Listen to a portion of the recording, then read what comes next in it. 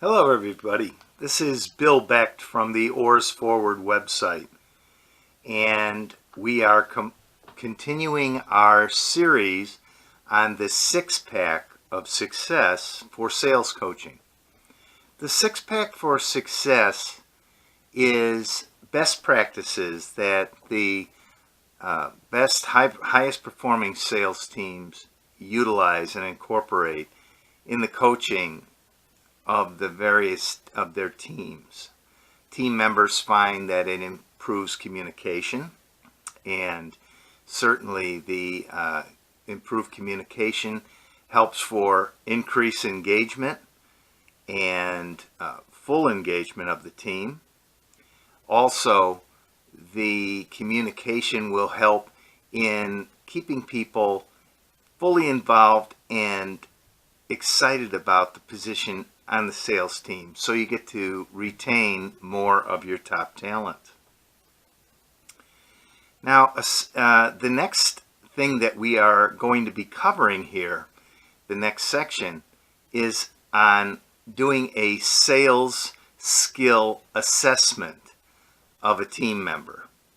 Sales skill assessments are very important because they allow you as a coach to give your feedback, and it's in numeric feedback on various sales skills necessary to do the job properly. And these are done, best practices show that these are more directed towards specific sales skills and not general personality traits, because the common approach is general personality traits. We're talking here about traits that will help, skills that will help in being a successful salesperson, fully functional salesperson. They're usually very specific in the assessment areas, breaking calls and the whole sales process down in various parts of the sales process, from the preparation of the calls to the call itself, and then the after call skills that are necessary to really propel the account manager or sales team member to their next level. Many times this is usually just broad assessment areas, and we want to be more specific with those. And we suggest using a 5-point rating system. That way it's not that complicated.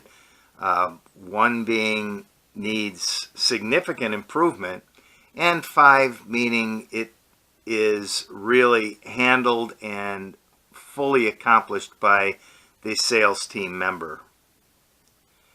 And also the representative will be able to give their information and their understanding back to their coach, their sales coach, so that usually the sales coach and the representative may not be on the same page. So this will really help in doing that by having the account manager or sales team member actually write their summary of the meeting and any takeaways, bullet points.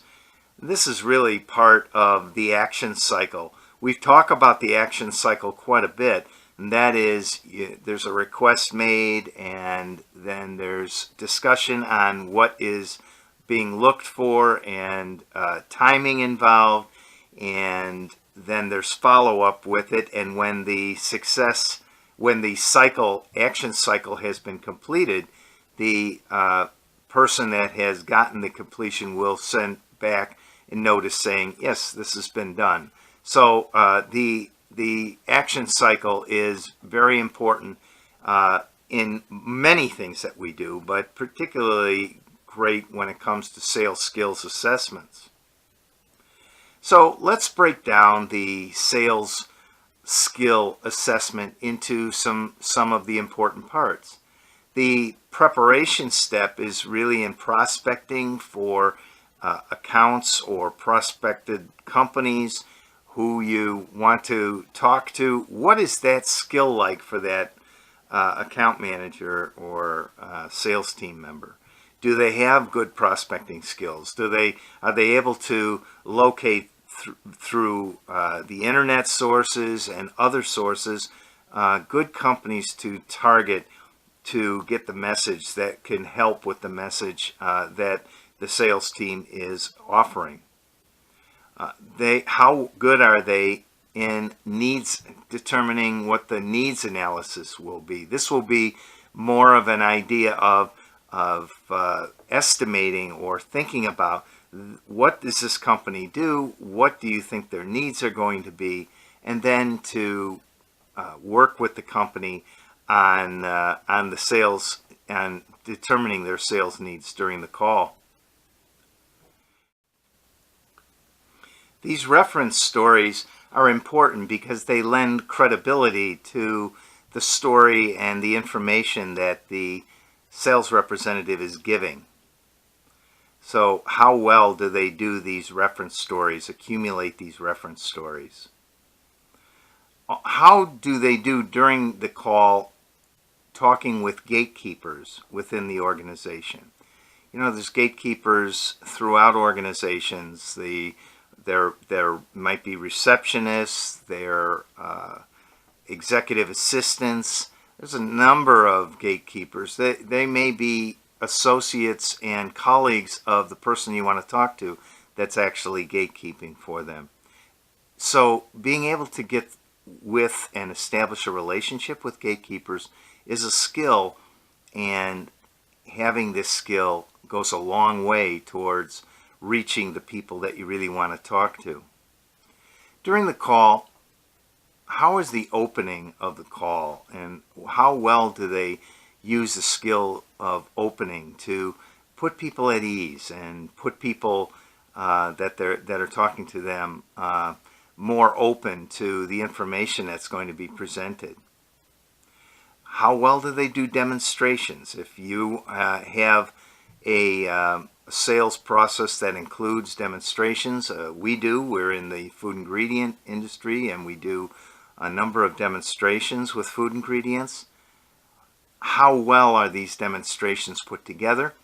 How well does the person think on their feet while they're doing the demonstration?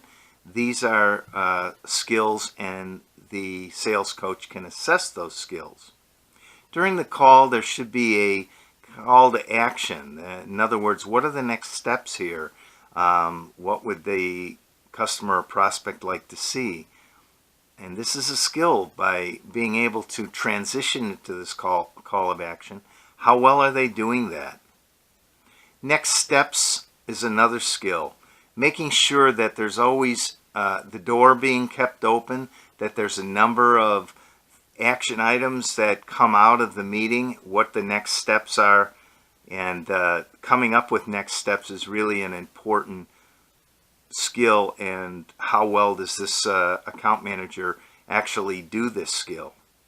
Now, after the call, there's a number of things that have to be done. You know, the back of the house stuff before the call and after the call is usually what we think is two-thirds. So for every hour during a call, usually 2 hours is spent before and after doing the follow-up work, preparation, and then the follow-up work. Letters of understanding, what came out of the meeting, bullet points, action items. How well does the account manager do these things so that it's clear what the next steps will be? If there's any samples that are requested or needing to be requested, how well are they doing that? This is all after the call.